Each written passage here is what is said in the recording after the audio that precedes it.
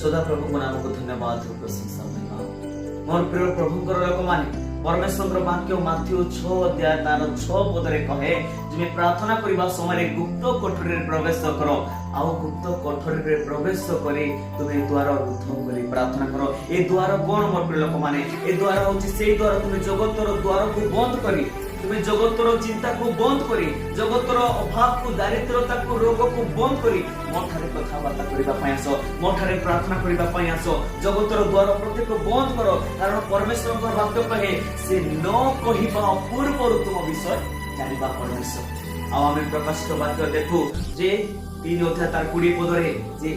प्रार्थना करबा समय माने प्रभु को ठारे कोन करबार अछि ए हृदय द्वार को खोला करी प्रार्थना करबा जगतर द्वार को बंद कर देबा हृदय द्वार को खोला करी प्रार्थना करबा तेबे ऑटोमेटिकली भाबरे से स्वर्ग द्वार खोलाई जिवो से स्वर्गर आशीर्वाद खोलाई जिवो आ जेते बेले इस्राएल